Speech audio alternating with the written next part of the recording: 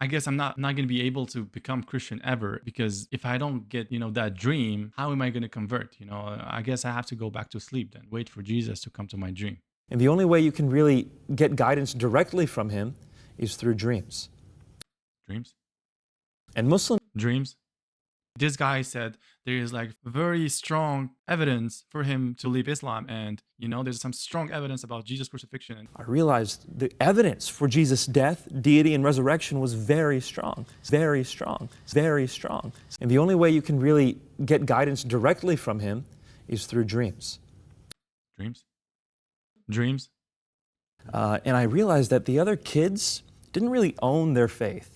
Yeah, they might call themselves Christian. Yeah, they might go to church, but that didn't affect the way they lived. It didn't affect the way they thought. And so that was something that made us even more proud. As Muslims, we thought, we are following the true God. He affects and permeates every aspect of our lives. Whereas in the West, people realize their faith is false, and that's why it doesn't really affect the way they live. That's kind of how we subconsciously thought. Which is true, basically. Look at how they live today. They're so far from God and religion. And even if they go once a week to the church, it's still not enough to learn their religion. Most of them, as soon as you talk to them about religion, they get uncomfortable and they don't want to talk about it. Was that even the slightest challenge on the Bible, on the reliability or the compilation of the Bible, or on Jesus' deity, or on the Trinity especially, no one really knew more than just enough to say what they were told to say. They didn't really know why they believed what they believed, didn't know how to defend it. Well, it's obvious that today most of Christians are not really 100% Christians, but they're traditionally Christian. They're just Christian because their parents are Christian, their environment are Christian, their country is Christian. Unlike what we Muslims do when we go to the mosque, everything that is taught to us is about religion. It's about Islam. Like they give you new information that you never heard, maybe a new hadith that you didn't know the understanding of it, or even a explanation of a verse of the Quran. That's what we do in Fridays, for example, in the mosque.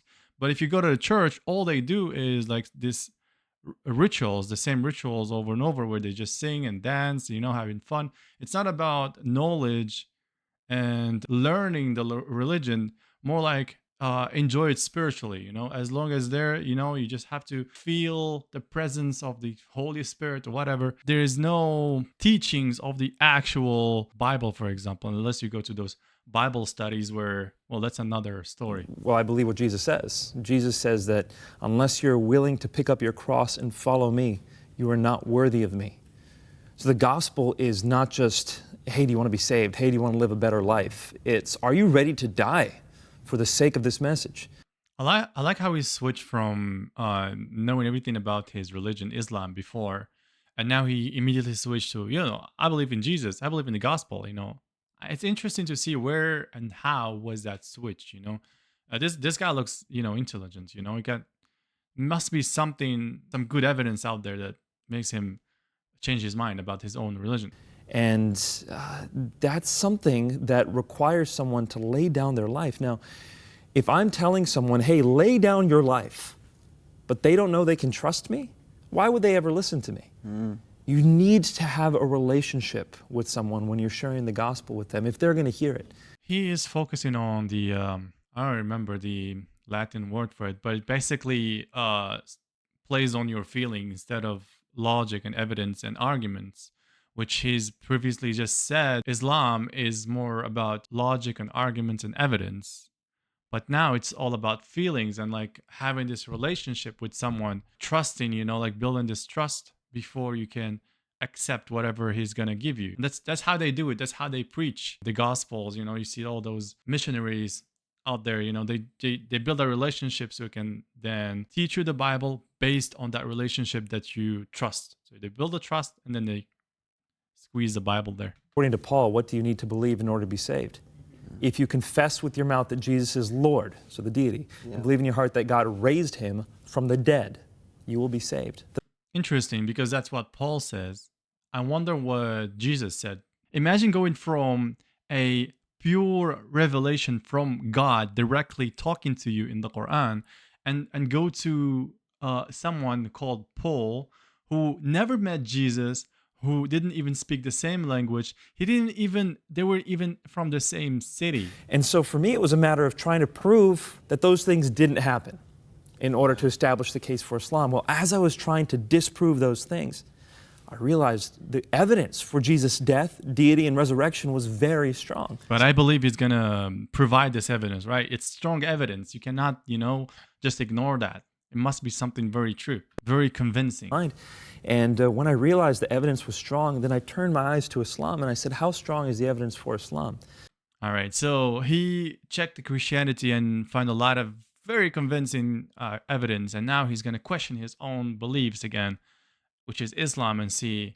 And to my shock, it was far weaker. When I leveled the Wow. same criticisms I had leveled on Christianity on Islam, Which is the foundation fell apart. And so that's when it became a matter between me and God of actually asking Him to show me the truth.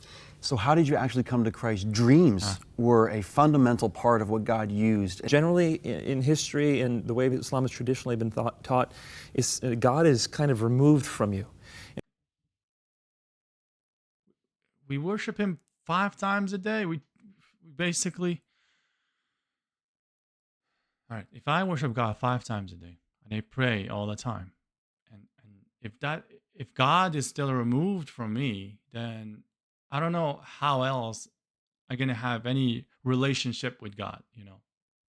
And the only way you can really get guidance directly from Him is through dreams. Dreams, And Muslim dreams. No, no, no, no, no. Don't tell me it's gonna be like those kind of cliche.